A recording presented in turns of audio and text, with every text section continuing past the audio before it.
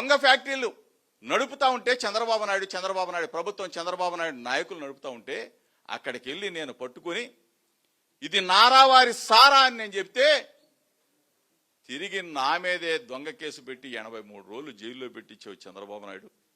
నీ కసి తీరదన్నట్టు మళ్ళీ నా ఇంటి మీద పెట్రోల్ యాసిడ్ బాంబులతో దాడి చేయించావు.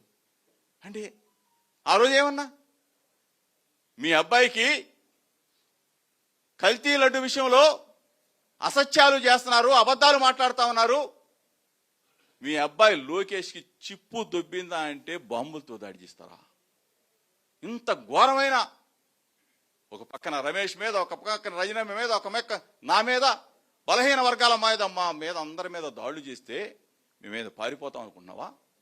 ఈరోజు ఒకటే చెప్తా ఉన్నాం, వైఎస్ఆర్ కాంగ్రెస్ పార్టీ కేంద్ర కార్యాలయం సాక్షిగా చెప్తా ఉన్నాం, బడుగు బలహీన వర్గాల ప్రజలందరం ఏకమవుతాం, ఏక తాటి మీద నిలబడతాం. జగనన్నని ముఖ్యమంత్రి చేసేదాకా మా ఉద్యమం ఆగదని చెప్తా ఉన్నాం. సామాజిక న్యాయం అభినవ పూలే జగనన్నతోనే సాధ్యం. ఈరోజు జనరల్ సీట్లతో సైతం మేయర్లు, జనరల్ సీట్లలో సైతం జిల్లా పరిషత్ చైర్మన్లు ఇచ్చి గౌరవించిన ఏకైక ముఖ్యమంత్రి జగనన్న మాత్రం. మరలా చెప్తా ఉన్నాం, రాసి పెట్టుకో చంద్రబాబు నాయుడు, నీ వల్ల సాధ్యం కాదు.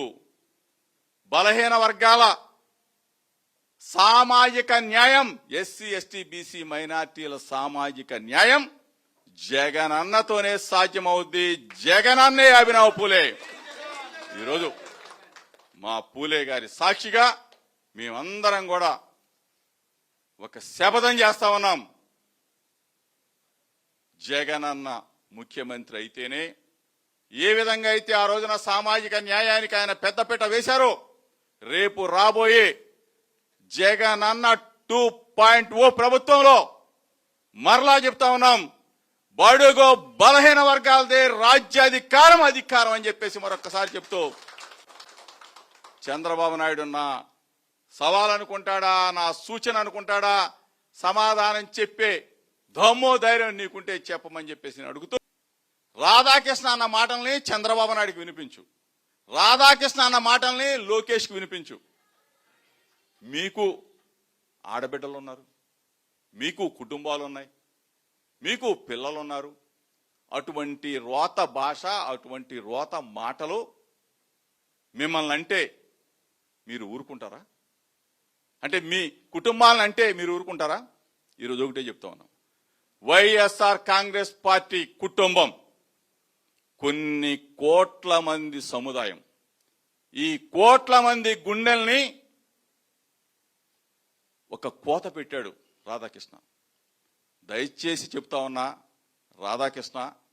రాధాకృష్ణని సమర్థించే చంద్రబాబు నాయుడిని, రాధాకృష్ణని సమర్థించే లోకేష్ని, రాధాకృష్ణని సమర్థించే కూటమి ప్రభుత్వాన్ని మీరు గన నిజంగా నిబద్ధతతో మీకు భార్యా బిడ్డలుంటే మరొక్కసారి రాధాకృష్ణ మాట్లాడిన మాటల్ని వినమని, రాధాకృష్ణ వాడిన భాషను వినమని, ఖండిస్తే మనుషులవుతారు, ఖండించకపోతే మీరు సైకో రాక్షసులు అవుతారని చెప్పేసి వైఎస్ఆర్ కాంగ్రెస్ పార్టీ కేంద్ర కార్యాలయం సాక్షిగా మిమ్మల్ని బూతులు తిట్టట్లా, మానవతా దృక్పథంతోనే. మళ్ళీ మీరు పిచ్చి ప్రలాపనలు చేస్తే పర్యవసానాలు చాలా తీవ్రంగా ఉంటాయి, గుర్తుపెట్టుకోండి. మిమ్మల్ని మీరు కానీ మీ నాయకులు కానీ మీరు ఒక క్రమబద్ధంగా ఒక పద్ధతిలో మమ్మల్ని విమర్శిస్తే తప్పులను మేము సరిదిద్దుకుంటాం, వివరణిస్తాం. అలా కాకుండా వ్యక్తిగతంగా మళ్ళీ పాత పద్ధతిలో చేస్తే, నేను ఈసారి నేనే చెప్తున్నా, మీరు పవన్ కళ్యాణ్ మంచితనం చూశారు, పవన్ కళ్యాణ్ సహనం చూశారు, పవన్ కళ్యాణ్ గట్టితనం మీరు చూడలేదు ఎప్పుడు. దయచేసి అక్కడ దాకా తీసుకెళ్ళకండి, ఎందుకంటే నాకు క్షమ ఉండదు నా దగ్గర.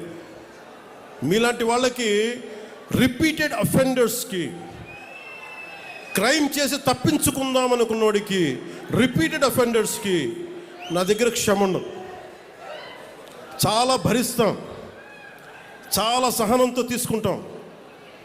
కానీ పదే పదే కూర్చోబెట్టి మేము ఏదైనా చేస్తామని మీరు మళ్ళీ పాత పద్ధతిలో చేస్తే వీఆర్ క్లోజ్గా మానిటర్ చేస్తున్నాం. ఎవరు ఏం మాట్లాడుతున్నారు, ఎవరు ఏం చేస్తున్నారు, మీకు అవకాశం ఇస్తున్నాను. మీరు ప్రజాస్వామ్యబద్ధంగా విమర్శించండి. సహృదయతో కూటమి ప్రభుత్వం తీసుకుంటుంది. మళ్ళీ హద్దులు దాటి మాట్లాడి మేమే వచ్చేస్తాం 29లో అంటే నేను చెప్తున్నాను కదా, మళ్ళీ ఈ రోజున నా రాజోలు గడ్డ సాక్షిగా చెప్తున్నాను కదా.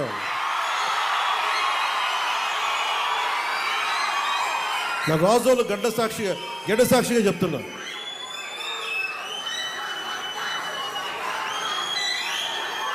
మీరు అలాంటి ఆశలు పెట్టుకోకుండా జరగవు. ఎందుకంటే మేము ప్రజలు మమ్మల్ని నమ్మారు, మేము వాళ్ళ ముందుకు తీసుకెళ్తాం. నేను మీ చేత మీ ఏ సమస్య ఉన్నా కానీ మనందరం కూర్చొని, ఉదాహరణకి మన ఆటో డ్రైవర్ సోదరులు ఒక సమస్య చెప్పారు, మాట్లాడుతాం దాని గురించి. ఓకే, సమస్య ఏముంది, కూర్చోబెట్టి మాట్లాడి, ప్రజాస్వామ్యం అంటే అదే కదా. ఒక సమస్య ముందుకు వస్తే మనం వింటాం, దానికి ఎలా పరిష్కార మార్గం వెతుకుతాం. అందరం కలిసికట్టుగా దేశాన్ని, సమాజాన్ని నిర్మిద్దాం. అంతేగాని క్రిమినల్ యాటిట్యూడ్ తోటి ఎవరు వచ్చినా కానీ, అది నా పార్టీ జనసేన పార్టీలో ఉన్నా కానీ, కూటమి పార్టీలో ఎవరున్నా కానీ, ప్రజాస్వామ్యాన్ని గౌరవించని నాయకులు ఎవరైనా సరే, నా సొంత పార్టీలో, మన సొంత పార్టీలో ఉన్నా సరే, జనసేనలో ఉన్నా సరే, నేను ఉపేక్షించాను.